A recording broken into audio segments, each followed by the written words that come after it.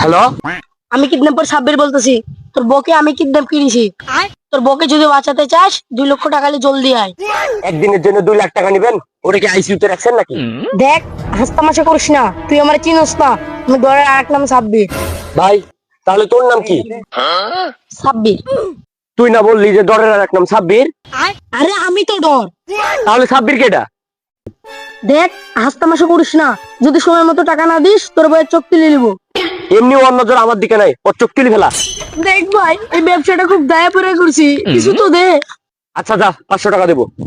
এই শালা, তোর বউকে কি আমি ভাড়া করেছি যে আমাকে 500 টাকা দিবি? হ্যাঁ?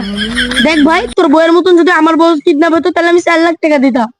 আমার লাগে না, তোর যদি লাগে 4 লাখ টাকা দিস, তোরে আরো 2টা বউ দিব। দেখ ভাই, আমার লাগতো না, তুই 1 লাখ টাকা দিয়ে তোর বউরে লয়ে যা। তোরে 1 লাখ টাকা দিতে যাবো কেন? 1 লাখ টাকা হলে তো আমি আরেকটা বিয়ে করতে পারবো।